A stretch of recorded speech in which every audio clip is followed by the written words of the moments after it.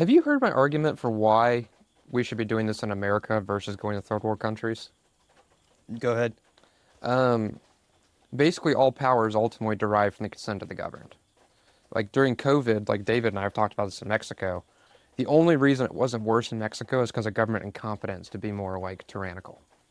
Like the will of the people wasn't there. That and firearms rights, right?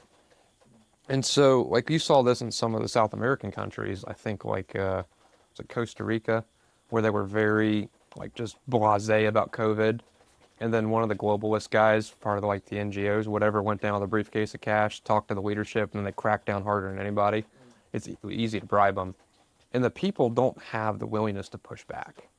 Like part of what makes America unique is the all nations have a creation story that is the mythos of who they are as a people. And I'm trying to bring that back for America too. Yeah. It's we the people. Like we Yeah. have the power, and it works. That's why I'm trying so hard for all this. Is it does work, but it takes a lot of work from the people to band together and push back to all of it. Yeah, because tyranny grows until somebody says no. Yep. And the longer you wait to say no, the more expensive saying no gets. But part of the spirit of America is our creation story is a creation story of rebellion. Like Yeah. revolution for the sake of freedom and autonomy, right? Self-sovereignty. And you see this in a lot of times in American history where Americans kind of, they're asleep and they get pushed, they get pushed, they get pushed, and the nation just wakes up. And it's like America as a people is like a sleeping bear, and it's dangerous to rouse us. And you mix that with the fact that like we're not as free as we used to be, but we still have the structures of the federalist system. And that gives us capabilities that no other nation in the world has because of the localization of power. Like the county sheriff is the most, I would argue, the most powerful office in the U.S.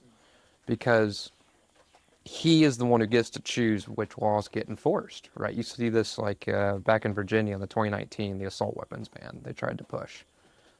Governor Northam pushed like banning ARs. The Second Amendment sanctuary swept all the counties, like 100 plus counties, said like, if you push this in the state level, we're not going to enforce it in our county. All the citizens very much like showed up at their county legislator and was like, you make us a Second Amendment sanctuary. He threatened even worse to revoke funding to support at the local county sheriff level from the state. And then that's when everybody in the state got together and marched armed on the Capitol lawn with like 70 or 80,000 Virginians, right? And they finally backed off. The reason it worked is because all of the county sheriffs and honestly a lot of the law enforcement and just in general, even the state level troopers were on the side of the citizenry. Because Virginia is kind of a microcosm of the nation. It's strongly rural, it's strongly farming based, and the voting's dictated a lot with the population centers of Richmond, Northern Virginia, around D.C., and the Norfolk Tidewater area. But the bulk of the land mass is freedom-loving people. And so the Federalist system allowed those people to have a voice to assert themselves in a way that was really healthy because the local power of the sheriff and the law enforcement was on their side. And we have that power structure in the U.S. still, where you have like the federal government, then the states, and then the local counties. And the original government structure of the U.S. was supposed to be that any power not explicitly forbidden from the people was granted. Any power not explicitly granted to the federal government was forbidden. And it's kind of gotten flipped a lot in recent times, where we tend to assume the government has the power unless explicitly told no, and the people have to ask permission. Part of what I love out here in Oklahoma is the people still behave with a culture of a federalist mindset. Oklahomans just do shit. They don't ask permission. They assume it's their right to do so, and they assume the government has no right, which is the way America used to be. And it's part of why I think And to me, why it's flipped is by design, to where you don't rebel or you don't do exactly what you're saying. correct, like Kissinger, right? Control the food, the energy, and the money, you control the people.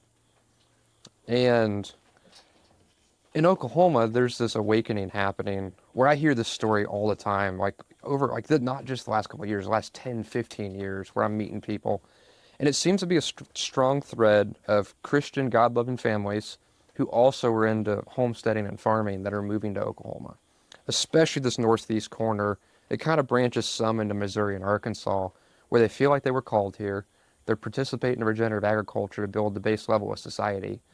And they're here because they feel like God told them to be here to bring like that heart of freedom, but also that strength of morality and large, strong families back. And so I have a lot of hope where, because of America having structures that give us a context to push back and the freedom loving spirit in the people, that even though people look at America like there's all these problems, it's like the center of the world stage, the world kind of rises and falls as America does. It's world reserve currency, global military power, all the things, right? That I argued with a lot of people about, don't go down to a third world country, right? You now don't really have real property rights because property rights are purely a network effect of local power. And you're an outsider now. Like, I own this piece of land. Like, okay, get against the wall, right? Like, it doesn't, like a piece of paper doesn't enforce it. It's the willingness of the local people to say yes or no of what's real from the government enforcement that makes property rights either exist or not exist. And the unique federalist system backed by the will of the people with the Second Amendment to actually have the ultimate power to say no means to me that being here in America, we have a lot stronger footing to be able to resist tyranny and assert freedom. So how do we get like Oklahoma as a nation? How do we get the nation to resemble what's happening here? Mm-hmm. We need to restore the vitalism of the middle class in rural America. The nation rises and falls as the middle class rises and falls. Where like the power of who we are as a people has always been built on the production of the middle class, manufacturing, agriculture, right? And this gets back to like the things we talk about of agriculture just being a churn factory right now, regenerative ag, all the young people joining, looking at these YouTube farms, being all excited, thinking like, I can do this too. They join for 4 to 6 years, work a full-time job in order to have a hobby farm on the side, burn out, quit, fail, right?